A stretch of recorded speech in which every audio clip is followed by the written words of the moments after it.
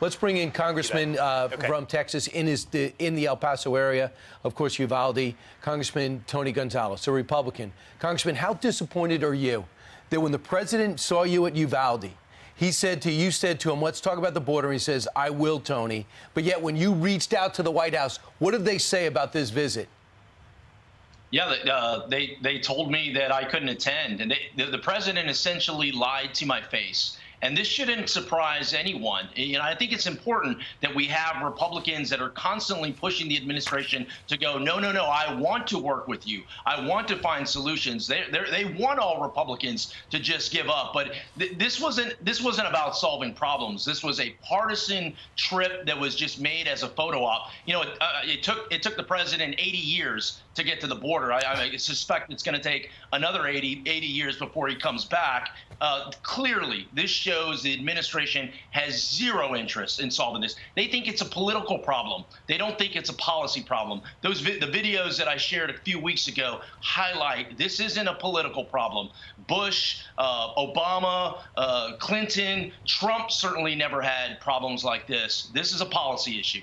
Well, it's interesting, Congressman, because he didn't do it in his first 2 years as president. He did it as he probably is about to announce that he's running for re-election in 2024. So essentially, he needed a photo op to check the box to say, look, the Republicans are complaining about it, so I went down to our southern border. I saw with my own 2 eyes. And what he said yesterday, Congressman, was he said the system is broken and Congress needs to act. So he's putting the ball in the House Republicans' court, but whatever you guys come up with, he's not going to like, and neither is the Senate.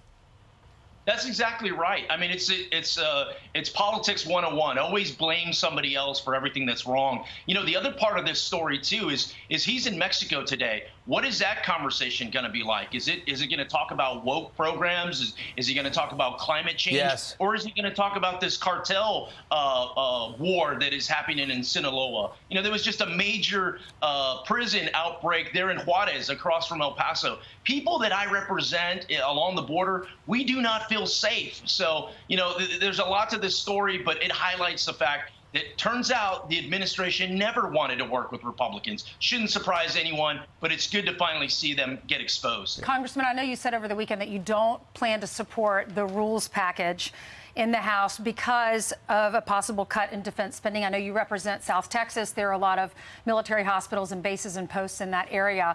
Also, Nancy Mace said she's worried about the backroom deals. We interviewed the Majority Whip, Emmer, and he said he believes that you and Nancy Mace will come around. Listen to this.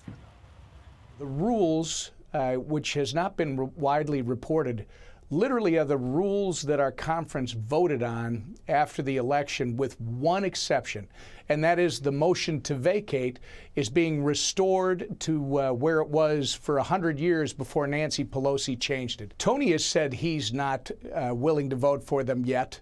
Nancy, on the other hand, has said she's on the fence. I do believe both Tony and Nancy will come around tonight when they realize the things that they want to talk about are in this separate agreement. He said you're not willing yet. If that's true, what will it take?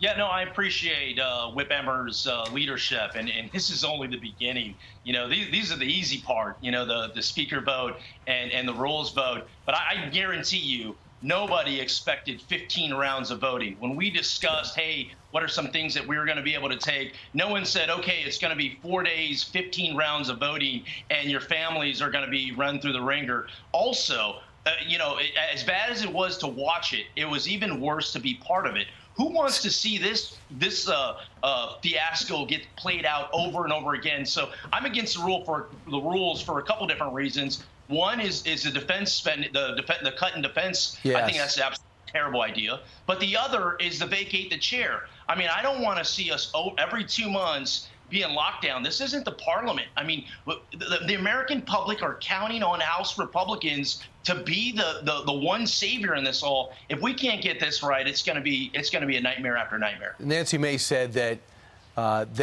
Matt Gaetz is a total fraud. Do you feel that way?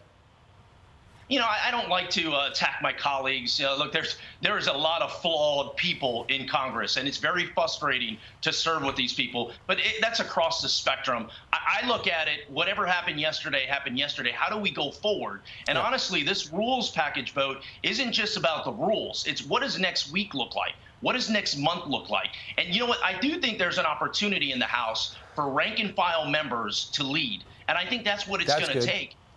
It's time for us to go take back the House, take back this country. We have all these different factions. I get that, but we have to represent the American people. Yep, and it starts today. Congressman, thanks for starting your Monday with Fox and Friends. Thank you. And being so candid, because it was agonizing to watch. And for your service. He was in the Navy. Yep. Indeed. I'm Steve Ducey. I'm Brian Kilmeade. And I'm Ainsley Earhart. And click here to subscribe to the Fox News YouTube page to catch our hottest interviews and most compelling analysis.